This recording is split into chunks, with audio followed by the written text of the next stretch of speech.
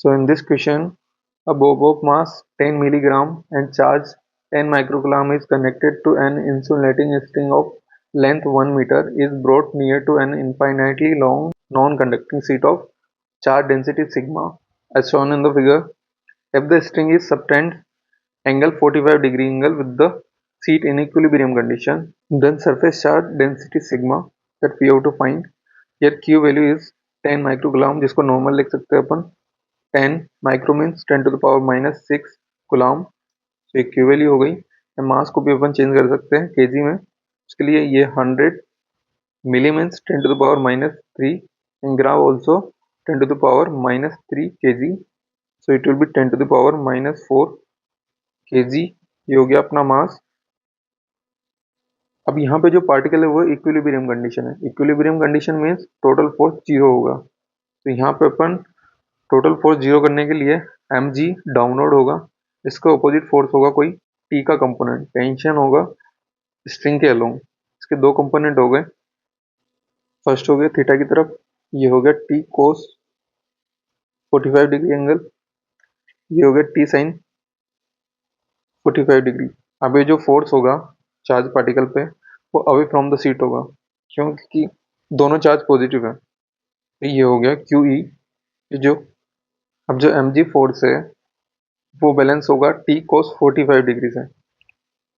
mg equal to t cos 45 और जो QE है वो होगा t sine 45 degree. t cos 45 degree t by root two, ये हो गया t बाई रूट टू। तो mg भी इक्वल होगा QE के। अब mg हमें पता है, Q वैल्यू हमें पता है, E कितना होता है। एक चार्ज नॉन कंडक्टिंग शीट के लिए जो इलेक्ट्रिक फील्ड होता है वो होता है E equal to sigma by 2 epsilon naught. ये हो गया सिग्मा 2 बाई एप्सिलॉन नॉट। हमें निकालना है sigma. Sigma is equal to 2mg epsilon not divide by Q। हम वैल्यू करते हैं 2 इंटू मास दिया हुआ है 10 टू द पावर -4 kg।